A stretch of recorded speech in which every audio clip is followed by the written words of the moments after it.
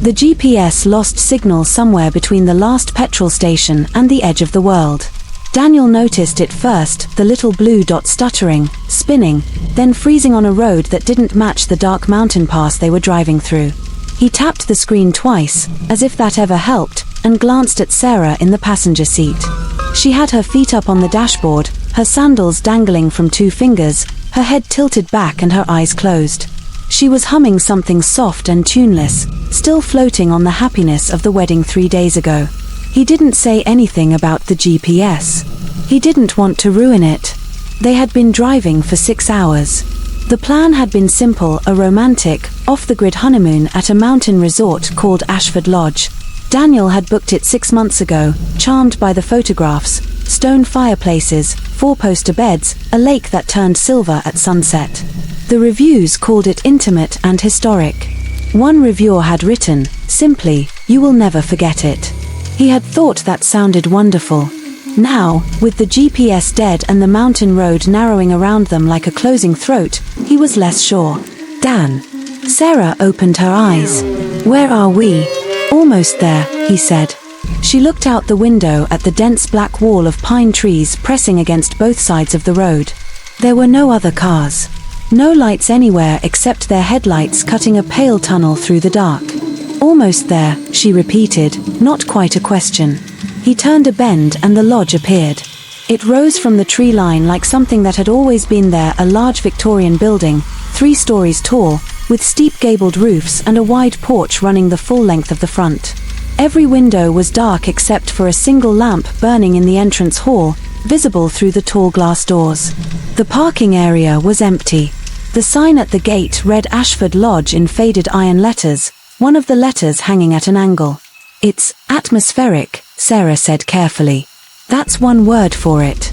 They parked and stepped out into air that was much colder than it had been at the base of the mountain, cold enough that Sarah's breath came out in small white clouds even though it was late June. She pulled her cardigan tighter and looked up at the building. Somewhere in the darkness above the roofline, something moved, a flutter, a shadow, and then was gone. "Bats," Daniel said. "I know," Sarah said. "I'm not afraid of bats." She said it like she was reminding herself. Inside, the lobby was all dark wood and faded grandeur, high ceilings with plaster moldings, a staircase that swept upward in a dramatic curve, antique furniture arranged around a fireplace that held only cold ash. The lamp on the reception desk was an old brass thing with a green shade. Behind the desk sat a man who looked up when they entered. He was older, 60, perhaps 70, with the kind of face that had once been handsome and had settled into something more complicated. He smiled when he saw them, but the smile started a half-second too late, as if he had to remember to do it. "Mr. and Mrs. Harlow," he said. "Not a question." "That's us," Daniel said, and felt Sarah squeeze his hand at the missus. They were still new to it, still delighted by it. "Welcome to Ashford Lodge. I'm Mr. Voss. I'll be taking care of you during your stay." He set a brass key on the desk, an actual key, large and old-fashioned, with a tag that read 14. "Room 14. 3rd floor, end of the corridor. It's our finest room." Daniel picked up the key. It was heavier than it looked. "Is it just us tonight?" Sarah asked, looking around the empty lobby. Mr. Voss paused. The other guests retired early. Another pause, slightly too long. "They tend to." He showed them to the staircase and pointed up. He did not offer to carry their bags, and somehow neither of them thought to ask him to. Room 14 was beautiful, in the way that old things sometimes are, not perfect, but rich with detail. The 4-poster bed dominated the center of the room, draped in dark red fabric. A bay window looked out over the lake, which was indeed silver in the moonlight, just as promised. There was a writing desk, a wardrobe of dark walnut, and a fireplace with a fire already laid, ready to be lit. The floorboards were white pine, worn smooth by what must have been decades of footsteps. Sarah spun in the middle of the room, arms out. "Okay. I love it." Daniel lit the fire while she changed. The wood caught easily and the room filled with warm, amber light. He sat on the edge of the bed and watched the flames and felt, for the first time since the GPS had died, that everything was going to be fine. Then he noticed the mirror. It was on the wall opposite the bed, tall, framed in tarnished silver, the glass slightly clouded with age. He was looking at his own reflection, and his reflection was looking back at him, and that was all perfectly normal. Except that when he tilted his head to the right, his reflection tilted left. Just for a moment. Just half a second out of sync. He blinked. He tilted his head again. His reflection moved with him, perfectly, the way a reflection was supposed to. Tired, he told himself. 6 hours driving. Tired. He lay back on the bed and stared at the ceiling, and that was when he noticed the crack. It ran from the center of the ceiling plaster all the way to the corner above the wardrobe, a jagged fault line in the white. And at the corner, where the crack ended, there were marks in the plaster, thin, scratched lines, close together. Like tallies. He counted them without meaning to. 47. Someone has been very bored, he thought, and tried to find it funny. He fell asleep before Sarah came out of the bathroom. He woke at 3:14 a.m. He knew the time because the clock on the bedside table, a small, wind-up travel clock that Sarah always packed, read 3:14 in the phosphorescent green of its hands. He lay still for a moment, listening. Sarah was breathing steadily beside him. The fire had burned down to embers, painting the room in dim orange. The door handle was moving. Slowly. Carefully. The old brass handle dipping down by degrees, as if someone on the other side was trying very hard not to make a sound. Daniel sat up. His heart slammed once against his ribs and then seemed to stop entirely, suspended in his chest. The handle reached its lowest point. Held there. Then, just as slowly, rose back up. And then nothing. Silence. The fire ticked. Outside, the wind moved through the pines with a sound like distant breathing. He got up, he didn't know why. Every sensible part of his brain was telling him to stay in the bed, and crossed the room on bare feet, the floorboards cold against his soles. He put his hand on the handle and opened the door. The corridor was empty. It stretched in both directions, lit by a single wall sconce at each end, the bulbs old and dim and yellowish.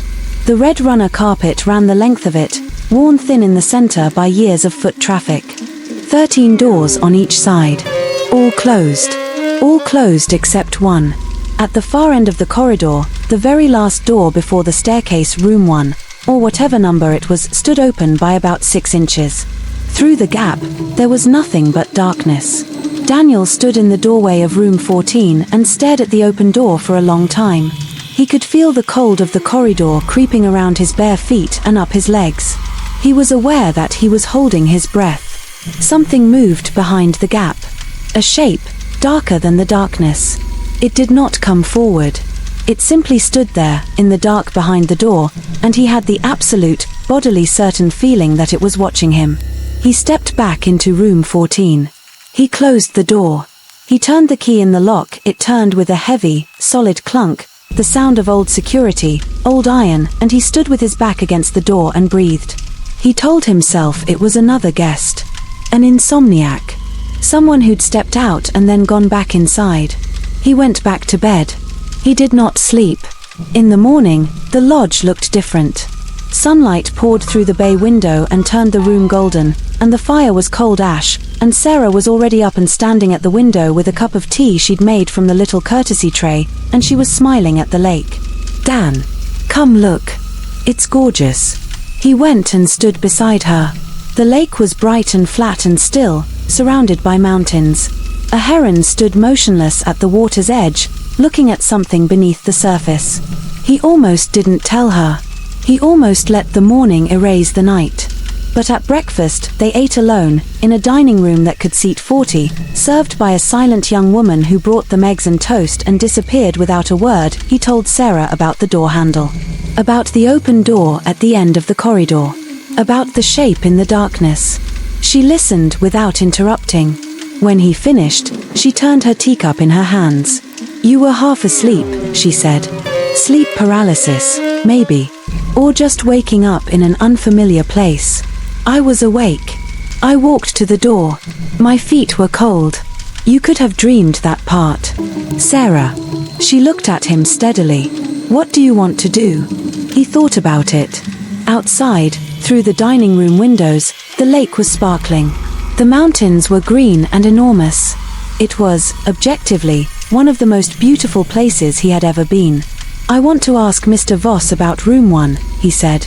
Mr. Voss was behind his desk, as if he had never moved from it, as if he had been there all night and would be there forever. He looked up when Daniel approached. That half-second delay on the smile again. "Did you sleep well, Mr. Harlow?" "Not really," Daniel said. "I had a question. About the room at the end of the corridor." "Room, what number is it?" "The one near the staircase." Mr. Voss went very still. Not the stillness of a person thinking, the stillness of a person who has been asked something they have spent a great deal of time hoping not to be asked. "That room," he said, "is not in use. It was open last night. Around 3 in the morning. It should not have been."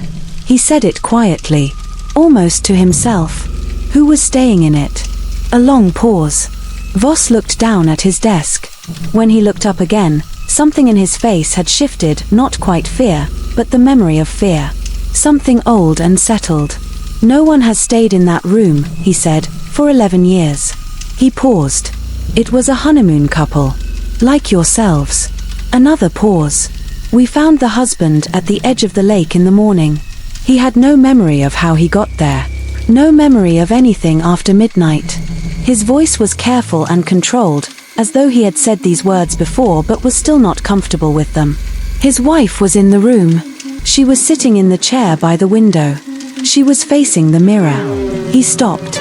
"And," Daniel said. "We could not get her to stop looking at it," said Mr. Voss.